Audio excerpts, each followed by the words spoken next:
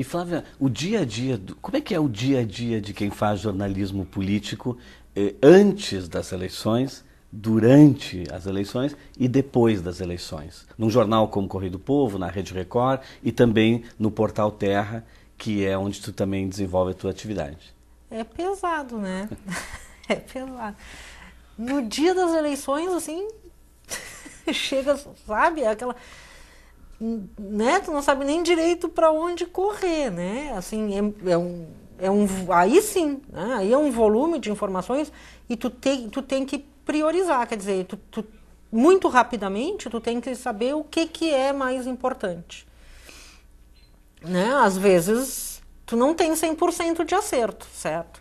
E tu observa que também acontece o seguinte, às vezes alguém, né, muito rapidamente vai dizer assim, olha, isso é importante, e pá, aquilo é manchete, e aí vem todo mundo atrás, né? E às vezes pode ser que aquilo não seja, né, às vezes tu pode acabar deixando coisas mais importantes pelo caminho, tu vai acabar retomando depois e tal, mas essa definição do que é mais importante, ela nem sempre, né, ela pode vir assim, por essa questão do instantâneo, daqui a pouco tu tá se priorizando, acho que a gente já tem exemplos disso, enfim, né, e esse trabalho anterior, no ano eleitoral, também, o que acontece? Tu tem hoje um jornalismo político que ele é muito investigativo também, né? Ele não é só aquela questão de o partido A, o partido B, aliança, coligação. Não, tu tem, a gente, não é que a gente esteja sempre atrás, mas tu tá sempre ali antenado nessa questão de denúncia, de coisas que não são corretas, de corrupção, né? Então tu tem todo um outro viés que não é só aquela de análise e tal, não, tu tem que investigar assim, e aí tu tem que aferir informação e ver se aquilo não é só um boato para derrubar o concorrente. Então, né, todo esse período anterior, ele também tem muito desse trabalho. O período posterior, assim, pós o dia da eleição, digamos, ele aparentemente deveria ser mais calmo. Ele não é. Ele é, eu acho que ele é tão pesado, olha, ou mais do que o dia da eleição, porque daí tu tem todo o rescaldo, né? Por que ganhou, por que perdeu, por que ficou no caminho, e isso não é simples, não é um fator a explicar, né? Sempre tu vai ter uma teia de coisas, como é. E tu levantando tudo isso e produzindo material para colocar, né? Ou coloca uma matéria, coloca a segunda, coloca a terceira e não termina. Né? E não vai terminar, né? Assim, depois da eleição tu tem todo um período que daí começa definição de ministério, definição de secretariado, negociação de alianças, negociação de base para te ter governabilidade. Isso vai entrar 2011 tranquilo, assim. Tranquilo. E, Francine, no caso do Grupo Editorial Sinos, como é que tem funcionado esse trabalho lá no jornalismo político? Então, nós fizemos reuniões, né, para montar a nossa estratégia de cobertura, antes, durante e depois das eleições. Nós estipulamos daí as normas do jornal para a cobertura política.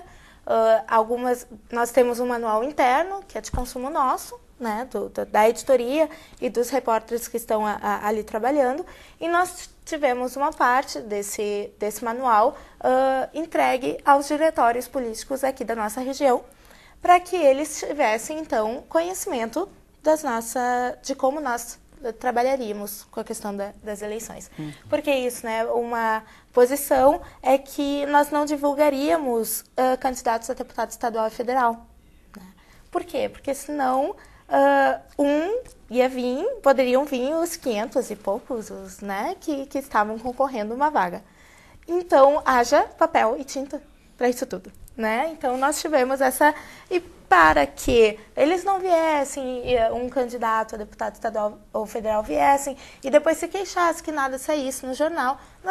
Nós entregamos aos diretórios dos partidos aqui para que eles já tivessem conhecimento disso. Mas deve ter havido alguma reclamação, porque esse é o momento, seguramente, em que os candidatos mais querem estar expostos, né? Claro. E houve reclamação? Como é que foi isso, isso, Francine? Todos, assim, que eu tive contato, eles entenderam de uma forma tranquila. Não teve, assim, reclamação. Claro que se um candidato estava exercendo um cargo público e algo gerou em torno do nome dele envolvendo o cargo público, vai sair. Vereadores que estavam concorrendo a deputado, lançaram algum projeto, algo assim, não vai sair, né? Isso não é que está barrado. Mas a propaganda em si, tal deputado visita a sede do Grupo Sinos, candidato a deputado. Não. Até, no caso pré-candidato, todos que visitavam saía. Na hora que se tornaram candidatos, daí não. Né? Por essa questão, realmente, que nós não tínhamos como dar toda a atenção para todos que fossem nos procurar.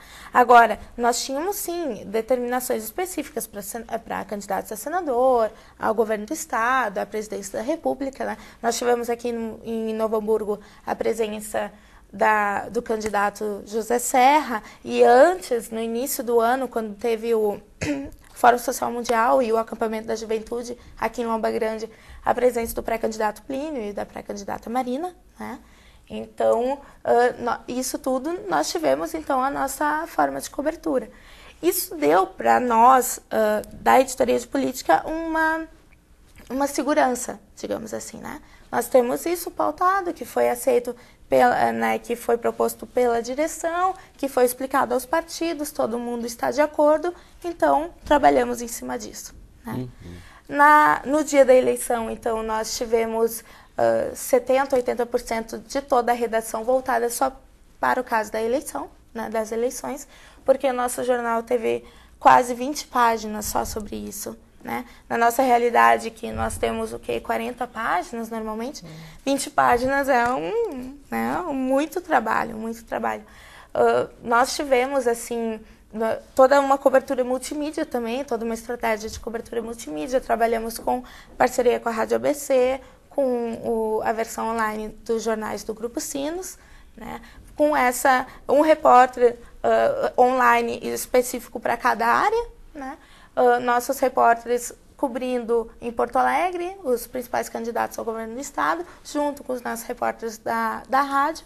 Então teve essa dinâmica que é importantíssima, eu acho, para uma cobertura, até mesmo para que depois aquelas 20 páginas no jornal se resultassem mesmo em 20 páginas. Né?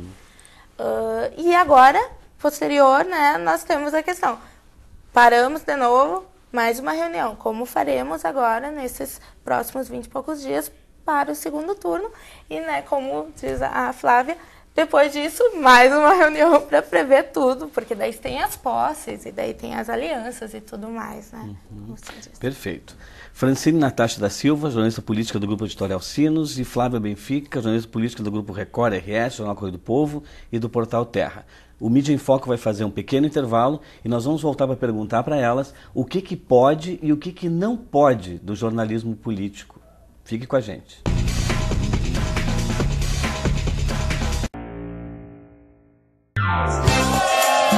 É o Netinho no Senado, gente! Essa é a grande festa da democracia! Netinho de Paula, que ficou na terceira colocação na disputa por 2 vagas no Senado por São Paulo, afirmou que órgãos muito poderosos e principalmente a mídia foram os responsáveis por sua derrota na eleição legislativa. Ele também disse que durante a campanha foi escolhido para falar em mal e que a agressão à sua ex-mulher ocorrida em 2005 não deveria ser pauta política.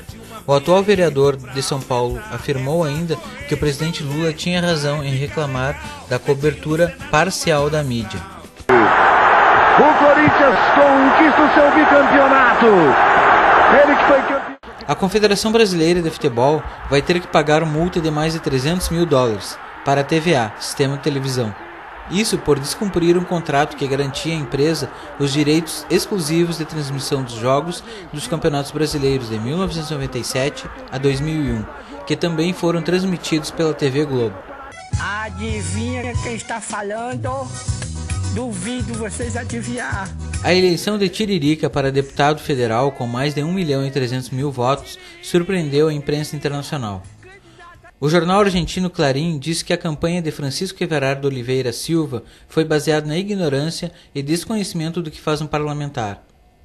Já o canal BBC de Londres diz que os brasileiros elegeram o palhaço Tiririca como forma de protesto.